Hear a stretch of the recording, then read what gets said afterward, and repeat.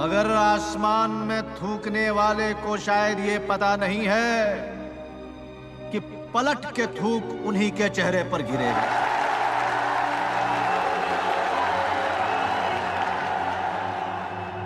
करारा जवाब मिलेगा, करारा जवाब मिलेगा। जी हाँ दोस्तों, बिल्कुल करारा जवाब मिलेगा। और हमारे जो 20 जवान हमारे देश की सरहद पर शहीद हुए हैं, उनकी शहादत बिल्कुल भी बेकार नहीं जानी चाहिए। दोस्तों, आपको शायद मेरी एक बात बुरी लग सकती है, लेकिन मैं ये कहना चाहता हूँ। ऐसा इसलिए क्योंकि हमारे देश में बायकॉट चाइनीज प्रोडक्ट, ये नारा, ये आंदोलन सिर्फ तभी शुरू होता है जब या तो हमारे देश में दिवाली होती है, या हमारे देश में होली होती है, या फिर हमारे देश के सरहद पे हमारे जवानों के खिलाफ चीन की तरफ से कोई करतूत होती है। बाकी हर समय में ये जो नारा है, ये आंदोलन है, ये हमेशा शांत रहता है और इसके जिम्मेदार हम भारत के नागरिक ही हैं और हमें इस बात पर बिल्कुल शर्म आनी चाहिए। अगर दोस्तों आप वाकई जो 20 जवान हमारे शहीद हुए हैं उनको श्रद्धांजलि देना चाहते हैं, तो इस बार ये जो बायकॉट चाइनीज प्रोडक्ट का आंदोलन शुरू हुआ है, इसको कभी बुझने मत दीजिएगा और इसकी आवाज को कभी दबने मत दीजिएगा।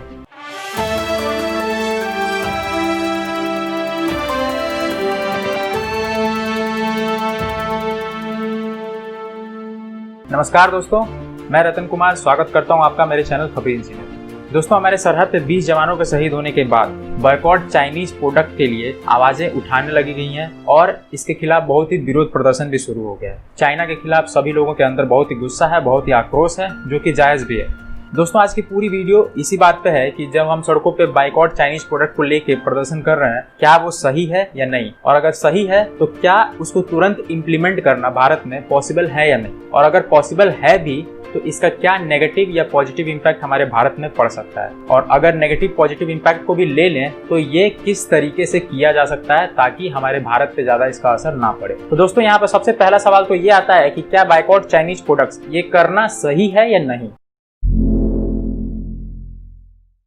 तो दोस्तों, इस पर मैं बिल्कुल यही कहना चाहूंगा कि ये आंदोलन और ये आवाज बिल्कुल ही सही है, क्योंकि दोस्तों जब भी हम चाइना का कोई भी एक प्रोडक्ट खरीदते हैं तो वो पैसा चाइना कंट्री की तरफ जाता है और चाइना कंट्री से होते हुए वहां की पार्टी और फिर उनकी आर्मी की तरफ जाता है। तो दोस्तों, आप ये कह सकते हो कि हम चाइना से प्रोडक्ट लेते वक्त हम उन्हें पैसे नहीं देते हैं। चाइना से प्रोडक्ट लेते वक्त हम उन्हें एक गोली देते हैं, जिस गोली को वो अपने बंदूक में रखकर हमारे देश के जवानों के सीने पर चलाते हैं। दोस्तों, कुछ दिनों पहले लद्दाख के सोनम वांगचुक ने भी यह आवाज उठाई थी और उन्होंने बताया था कि इंडिया को अपनी बुलेट पावर तो दिखाने की जरूरत है, लेकिन साथ ही साथ उसे अपनी वॉलेट पावर दिखाने की भी जरूरत है। हम चाइना को वॉलेट पावर के थ्रू भी मात दे सकते हैं। तो दोस्तों, मेरे हिसाब से यह बिल्कुल सही है कि हमें चाइनीज प्रोडक्ट को बायकॉट करना ही चाहिए। अब दोस्तों, ये सवाल खड़ा होता है कि बायकॉट चाइनीज प्रोडक्ट का इम्प्लीमेंटेशन तत्कालीन रूप से संभव है या नहीं। तो दोस्तों, इस पर मैं यही कहना चाहूंगा कि जिस पेड़ की जड़ें जितनी ज्यादा गहरी होती हैं, उस पेड़ को उखाड़ने में उतना ही ज्यादा वक्त लगता है। इसके लिए मैं सबसे पहले आपको कुछ आंकड़े दिखाना चाहता हूं ताकि हम उस पर गौर कर सकें कि हम बायकॉट चाइनीज प्रोडक्ट को हम किस हद तक इम्प्लीमेंट कर सकते हैं। तो दोस्तों, इस तस्वीर में आप देख सकते हैं कि भारत जितना पूरे विश्व से माल मंगाता है, उसमें किस देश की कितने प्रतिशत हिस्सेदारी है। आयात का मतलब होता है इम्पोर्ट, यानी कि किसी दूसरे देश से सामान मंगाना। वहीं निर्यात का मतलब होता है एक्सपोर्ट, यानी किसी दूसरे देश को सामान बेचना। तो दोस्तों, इस तस्वीर में आप देख सकते हैं यहाँ पे टॉप 10 कंट्रीज का नाम दिया गया है जो जिनसे सबसे ज्यादा भारत अपना माल मंगाता है। उसमें जो सबसे टॉप पे आता है वो है चाइना। भारत जितना माल अपने पूरे विश्व से मंगाता है, उसका लगभग 14.5% केवल चाइना से आता है। उसके तुरंत बाद अमेरिका का स्थान है, जहां से भारत लगभग अपने पूरे इंपोर्ट का 7.5% माल मंगाता है। दोस्तों, इस तस्वीर से पता चलता है कि हम सबसे ज्यादा अगर डिपेंडेंट किसी कंट्री पे हैं तो वो है चाइना। लेकिन दोस्तों, इस बीच एक अच्छी खबर भी है कि भारत धीरे धीरे अब चाइना पर से अपनी डिपेंडेंसी को कम कर रहा है। दोस्तों, ये जो आप तस्वीर देख रहे हैं, इसमें दिखाया गया है कि भारत पूरे विश्व से जितना व्यापार करता है उसमें किस देश की कितने प्रतिशत की हिस्सेदारी है। इस आंकड़े में आयात और निर्यात दोनों ही शामिल है, यानी भारत किसी देश को कितना माल अपना बेचता है और उसी देश से कितना माल खरीदता है। इन दोनों को मिलाकर यह आंकड़ा बनाया गया है। तो दोस्तों, आप यहाँ देख सकते हैं, ये जो नीचे लाल वाला हिस्सा है ये चाइना के आंकड़े को दिखाता है और इसके ऊपर जो जस्ट ये येलो वाला हिस्सा है ये अमेरिका के हिस्से को दिखाता है। आप यहाँ पे ये देख सकते हैं, यहाँ पे सिंबलाइजेशन किया गया है। तो दोस्तों, 2017-18 में भारत ने पूरे विश्व से जितना व्यापार किया उसका 11.66% का व्यापार चाइना से हुआ। वहीं अमेरिका से 9.69% का व्यापार हुआ। लेकिन अगर बात करूं 2018-19 की, तो चाइना के साथ 10.32% का व्यापार हुआ और अमेरिका के साथ 10.42% का व्यापार हुआ। तो दोस्तों, आप यहाँ साफ साफ देख सकते हैं कि इंडिया और चाइना के बीच में 2018-19 के बीच में व्यापार कम हुआ है।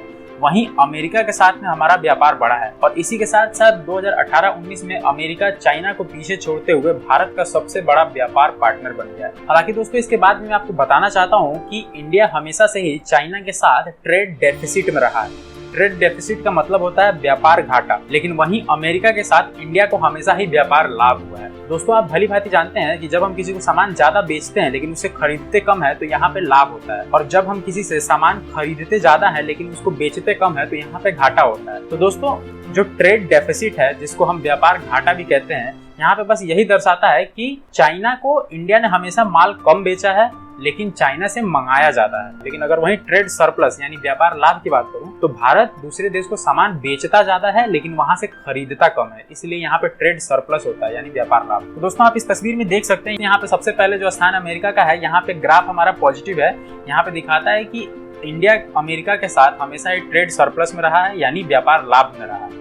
लेकिन अगर वहीं आप यहाँ पे देखने की कोशिश करें तो यहाँ चाइना है जहाँ पे ग्राफ नीचे है, नेगेटिव है, यानी चाइना के साथ हमेशा ही ट्रेड डेफिसिट यानी व्यापार घाटे में रहा है। अब दोस्तों मैं आपको कुछ आंकड़े दिखाता हूँ जिसमें आप देख सकते हैं कि इंडिया और चाइना के बीच में कितना इंपोर्ट हुआ है और कितना एक्सपोर्ट हुआ है और किस तरीके से इसमें इंक्रीज और डिक्रीज हुआ है। तो दोस्तों आप इस तस्वीर में देख सकते हैं, यहाँ पे ये जो ऑरेंज लाइन है ये दिखाता है कि भारत कितना चाइना से सामान मंगाता है, और ये जो ग्रीन लाइन है वो दिखाता है कि भारत कितना सामान चाइना को बेचता है। तो दोस्तों आप यहाँ देख सकते हैं, अगर 2018 की बात करूं तो भारत ने 4.9 लाख करोड़ का सामान चाइना से मंगाया है और वहीं 0.8 लाख करोड़ का सामान भारत ने चाइना को बेचा है। लेकिन अगर 2019 की बात करूं तो भारत ने चाइना से 4.9 लाख करोड़ का सामान मंगाया है, लेकिन वहीं चाइना को 1.1 लाख करोड़ का सामान बेचा है। तो दोस्तों आप यहाँ साफ साफ देख सकते हैं 2018 के मुकाबले 2019 में चाइना ने सामान ज्यादा मंगाया है भारत से, लेकिन भारत ने कुछ खास अंतर नहीं दिखाया है। लगभग दोनों सालों में हमारे देश में सेम ही आयात हुआ है। और दोस्तों यही जो इन दोनों आंकड़ों का अंतर है वो ये बताता है कि भारत को कितना व्यापार घाटा हुआ है। तो आप ये देख सकते हैं 2018 के मुकाबले 2019 में हमारा व्यापार घाटा कम हुआ है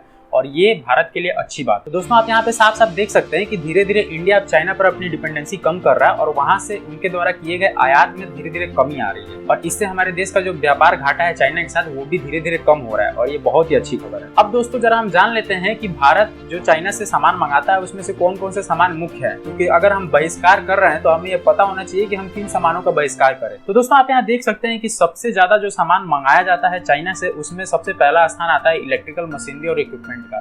इसमें जितने भी इलेक्ट्रॉनिक प्रोडक्ट्स हैं लाइक टीवी, मोबाइल या फिर साउंड रिकॉर्डर, हेडफोन्स, जो भी चाइनीज कंपनी है उन सभी का स्थान सबसे ज्यादा आता है। और आप देख सकते हैं ये आंकड़ा कितना बड़ा है, सबसे ज्यादा जो परसेंटेज चाइना से मंगाया जाता है वो इन्हीं का है। उसके बाद दोस्तों जो सबसे ज्यादा मंगाया जाता है वो न्यूक्लियर रिएक्टर्स और मशीनरीज हैं, फिर ऑर्गेनिक केमिकल्स, फर्टिलाइजर्स हैं जो हमारे खेतों में इस्तेमाल होते हैं, ऑर्गेनिक केमिकल्स जो कुछ दवाओं बनाने में काम आते हैं, और फिर प्लास्टिक आर्टिकल्स और आयरन स्टील से रिलेटेड प्रोडक्ट्स। तो दोस्तों ये सब प्रोडक्ट सबसे ज्यादा चाइना से मंगाए जाते हैं हमारे भारत देश। दोस्तों ये जितने भी मैंने आंकड़े और तस्वीरें आपको वीडियो में दिखाए हैं, अगर इन आंकड़ों और तस्वीरों को आप डाउनलोड करना चाहते हैं और इसको और अच्छे से स्टडी करना चाहते हैं तो मैं इसका लिंक डिस्क्रिप्शन में दे दूंगा, आप वहां से डाउनलोड कर सकते हैं। साथ ही साथ मैं आपको गवर्नमेंट ऑफ इंडिया की ministry of commerce and industry की वेबसाइट का लिंक डिस्क्रिप्शन में दे दूंगा, आप वहां से जाके भारत के द्वारा किए गए व्यापार का एक एक पैसे का हिसाब जान सकते हैं कि किस देश से कितना व्यापार होता है। तो दोस्तों ये देखकर आप समझ गए होंगे कि चाइना ने कितनी गहरी जड़ें जमा रखी है हमारे भारत के अंदर, और इन जड़ों को उखाड़ना तत्कालीन रूप से संभव नहीं है। हाँ, लेकिन हम ये भी नहीं कह सकते कि ये असंभव है, इसमें थोड़ा वक्त लगेगा और हमें धैर्य रखना पड़ेगा। अब दोस्तों सवाल खड़ा होता है कि हम अगर चाइनीज सामानों का बहिष्कार कर रहे हैं तो इसका हमारे देश पे क्या नेगेटिव प्रभाव पड़ सकता है और क्या पॉजिटिव प्रभाव पड़ सकता है। नेगेटिव इंपैक्ट में दोस्तों सबसे पहला जो हो सकता है वो है इकोनॉमिक इफेक्ट। दोस्तों भारत अगर चाइना से सामान मंगाता है तो उसके पीछे कुछ कारण है, और वो ये है कि चाइना से हमें सामान सस्ते में मिल जाता है। कंट्री बिल्कुल पास में होने के कारण वहां से ट्रांसपोर्ट हमें सस्ता पड़ता है, जिसकी वजह से जो ट्रांसपोर्टेशन चार्जेस है वो भी कम पड़ जाते हैं, और इसकी वजह से हमारे देश में काफी सारे पैसों की बचत होती है। अगर हम ये चीजें बंद कर देते हैं तो हमारे देश में इकोनॉमिक इफेक्ट पड़ेगा, जिसकी वजह से फाइनेंशियल क्राइसिस हो सकती है, क्योंकि अगर हम किसी दूसरे देश से सामान मंगाएंगे तो वहाँ पे हमें ट्रांसपोर्टेशन चार्जेस भी ज़्यादा देने पड़ेंगे और चाइना की तुलना में वो सामान हमें महंगे पड़ सकते हैं। अब दोस्तों जो दूसरी प्रॉब्लम खड़ी हो सकती है वो है अनएम्प्लॉयमेंट यानी कि बेरोजगारी। चाइना ने हमारे देश में बहुत ज़्यादा इन्वेस्टमेंट कर रखी है, उन्होंने बहुत ज़्यादा लोगों को नौकरियां भी दी हैं और बहुत सारे उनके फैक्ट्रीज चलते हैं, बहुत सारी उनके ऑर्गेनाइजेशंस चलती हैं। तो दोस्तों अगर इन कंपनियों को और ऑर्गेनाइजेशंस को अगर सडनली बंद कर दिया जाएगा तो हमारे भारतीय लोग जो इन कंपनियों में नौकरी करते हैं वो अचानक से बेरोजगार हो जाएंगे और भारत की बेरोजगारी और ज्यादा बढ़ जाएगी। अब दोस्तों हम बात करते हैं चाइनीज सामानों के बहिष्कार करने से हमारे देश में पड़ने वाले पॉजिटिव इम्पैक्ट्स। तो दोस्तों इसमें जो सबसे पहला इम्पैक्ट है वो है इनहेंसमेंट ऑफ डिजिटल सेक्टर। तो दोस्तों हम जो सबसे ज्यादा इलेक्ट्रॉनिक प्रोडक्ट्स मंगाते हैं चाइना से अपने कंट्री में, अगर उन चीजों को हम रोक दें और उनका प्रोडक्शन और सर्विसेज हम अपनी देश में ही स्टार्ट कर दें, तो इससे हमारा जो डिजिटल सेक्टर है हमारे देश का, उसको बहुत ही बढ़ावा मिलेगा और इससे और नई जॉब्स क्रिएट होंगी। सेकंड है दोस्तों नेशन डेवलपमेंट। जब हम दोस्तों चाइनीज सामान खरीदते हैं और वो पैसा चाइनीज कंट्री में जाता है, वो पैसा हमारे देश में ही बचा रहेगा और हमारे देश के जो अपने उद्योग हैं, हमारे देश के जो अपने छोटे मोटे दुकानदार हैं या फिर जो छोटे मोटे व्यापारी हैं, उनके व्यापार को बढ़ावा मिलेगा और हमारे देश का पैसा हमारे देश में ही रहेगा, जिसको भारत के डेवलपमेंट में बहुत अच्छे से इस्तेमाल किया जा सकता है। और दोस्तों तीसरा है better relation with other countries. दोस्तों अगर हम चाइना से अपनी डिपेंडेंसी कम करेंगे और हम जो सामान चाइना से आयात करते हैं वो हम किसी दूसरे देशों से आयात करेंगे, तो उन देशों के साथ हमारे देश मजबूत होंगे और ये भी पॉसिबिलिटी बढ़ जाएगी कि वहां के देशों की कंपनियां हमारे देश में इन्वेस्टमेंट करें, जिससे हमारे देश की भी डेवलपमेंट और ज्यादा हो। अब दोस्तों इतना सब जानने के बाद से एक सवाल यही पैदा होता है कि अगर चीनी सामानों का बहिष्कार करना है तो कैसे करें, ताकि सांप भी मर जाए और लाठी भी न टूटे।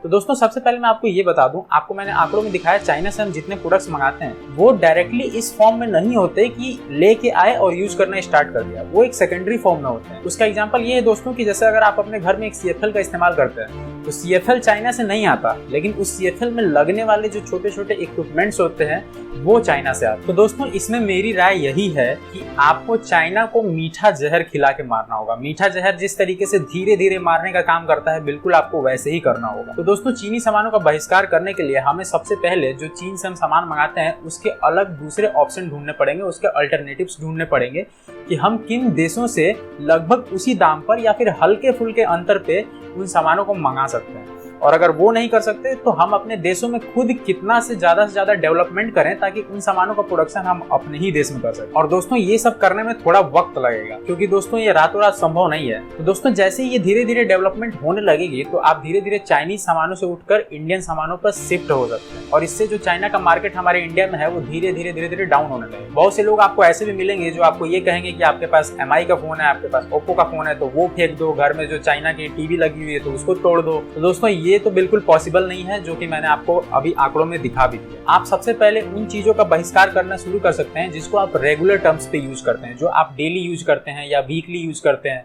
तो इन चीजों का आप बहिष्कार करना शुरू कीजिए। फिर धीरे धीरे ऐसी चीजों पर शिफ्ट होइए जिसको जैसे वन टाइम यूजेबल प्रोडक्ट्स होते हैं, लाइक मोबाइल फोन्स। अगर आज आपने खरीदा तो 1 महीने बाद आप दोबारा नहीं खरीदोगे, 3 महीने बाद दोबारा नहीं खरीदोगे, उसको खरीदोगे तो शायद 2 साल बाद खरीदोगे, 1 साल बाद खरीदोगे। तो उन प्रोडक्ट्स में थोड़ा सा टाइम लगेगा जब तक उसके और अल्टरनेटिव्स नहीं आ जाते, लेकिन तब तक आप उन चीजों को बहिष्कार कर सकते हैं जो कि हम रेगुलर टर्म्स पे यूज करते हैं। दोस्तों इस तरीके से आप अपने पर्सनल लेवल पे सहयोग दे सकते हैं चीनी सामानों का बहिष्कार करने में। लेकिन हमारे देश की कुछ ऑर्गेनाइजेशंस भी हैं जो इसमें बहुत ही तेजी से कदम बढ़ा रही हैं, जैसे कि हमारे देश के सबसे बड़े trade union confederation of all India trade ने 500 ऐसी कैटेगरीज बनाई हैं जिसमें पूरे चाइना के प्रोडक्ट्स को शामिल किया गया है और उसके अंदर 3000 प्रोडक्ट्स का जिक्र है। और दोस्तों ये वैसे प्रोडक्ट्स हैं जिसके लिए हमें बहुत ज्यादा इक्विपमेंट्स की जरूरत नहीं पड़ती है, या फिर वैसे इक्विपमेंट भारत में ऑलरेडी बनाए जा रहे हैं, और अगर नहीं बनाए जा रहे हैं तो उन्हें बहुत जल्दी बनाना शुरू किया जा सकता है। तो दोस्तों इसमें ट्रेड यूनियन ने यह टारगेट लिया है कि 2021 के दिसंबर तक वो चाइना से लगभग 1 लाख करोड़ तक का आयात कम कर सकते हैं, और ये एक बहुत ही बड़ी हिस्सेदारी होगी चाइना पर डिपेंडेंसी कम करने में। साथ ही साथ दोस्तों ट्रेड यूनियन ने हमारे देश के सेलिब्रिटीज, हमारे देश के स्पोर्ट्स सेलिब्रिटीज से ये निवेदन भी किया है कि आप किसी भी चीनी कंपनीज का या किसी भी चीनी सामान का एंडोर्समेंट या प्रचार प्रसार ना करें। तो हमें दोस्तों ऐसे मौकों में हमारे ट्रेड यूनियंस का साथ देना चाहिए। इसी के साथ दोस्तों हमारे देश की इंटेलिजेंस एजेंसी ने 50 चाइनीज एप्स की एक लिस्ट जारी की है, जिससे वो बोल रहे हैं कि हमारे जो अपने पर्सनल डाटा है उसका नुकसान हो सकता है। तो दोस्तों उस ऐप की लिस्ट मैंने आपको दे रखी है, आप डिस्क्रिप्शन से जाके वो फोटो डाउनलोड करके पूरी लिस्ट भी देख सकते हैं। उन ऐप्स का यूज कम करके और उन ऐप्स को डिलीट करके भी हम अपने सरकारी संस्थाओं का साथ दे सकते हैं चाइनीज प्रोडक्ट्स को बहिष्कार करने। और दोस्तों इस आंदोलन में हमारी सरकार भी कहीं पीछे नहीं है। रिसेंटली उन्होंने चाइना की कंपनी को दिया गया हमारा रेलवे का एक प्रोजेक्ट जो कि 471 करोड़ का है, वो कैंसिल कर दिया गया है बॉर्डर की इस घटना के बाद से। और दोस्तों साथ ही साथ सरकार ने टेलीकॉम कंपनी BSNL और MTNL को भी यह आदेश दिया है कि आप जो अपनी नेटवर्क की अपग्रेडेशन कर रहे हैं उसमें चाइनीज इक्विपमेंट्स और चाइनीज सामानों का उपयोग कम करें। तो दोस्तों ये भी एक अच्छा खासा योगदान है चाइनीज सामानों के बहिष्कार। तो दोस्तों इस तरीके से हम हमारे भारत की इन संस्थाओं का साथ देकर अपने इस आंदोलन को सफल बना सकते। तो दोस्तों ये था मेरी तरफ से पूरा बायकॉट चाइनीज प्रोडक्ट्स पर विश्लेषण कि ये कितना आसान है और कितना मुश्किल है। आपको क्या लगता है, आप क्या सोचते हैं इस बारे में, आप मुझे कमेंट करके जरूर बताइएगा। वीडियो अच्छी लगे तो लाइक करिएगा, ज्यादा से ज्यादा लोगों तक पहुंचाइएगा ताकि वो भी अपनी जिम्मेदारियों को समझ सके। और दोस्तों चैनल को सब्सक्राइब करना बिल्कुल भी ना भूलिएगा ताकि हमारे वीडियोस की नोटिफिकेशन आपको समय समय पर मिलती रहे। तो दोस्तों वीडियो को अंत तक देखने के लिए आपका बहुत बहुत धन्यवाद। मिलते हैं आपसे अगले नए वीडियो में नए टॉपिक के साथ। तब तक के लिए अपना ध्यान रखिए, स्वस्थ रहिए, सुरक्षित रहिए, अपने परिवार का ख्याल रखिए। जय हिंद, जय भारत।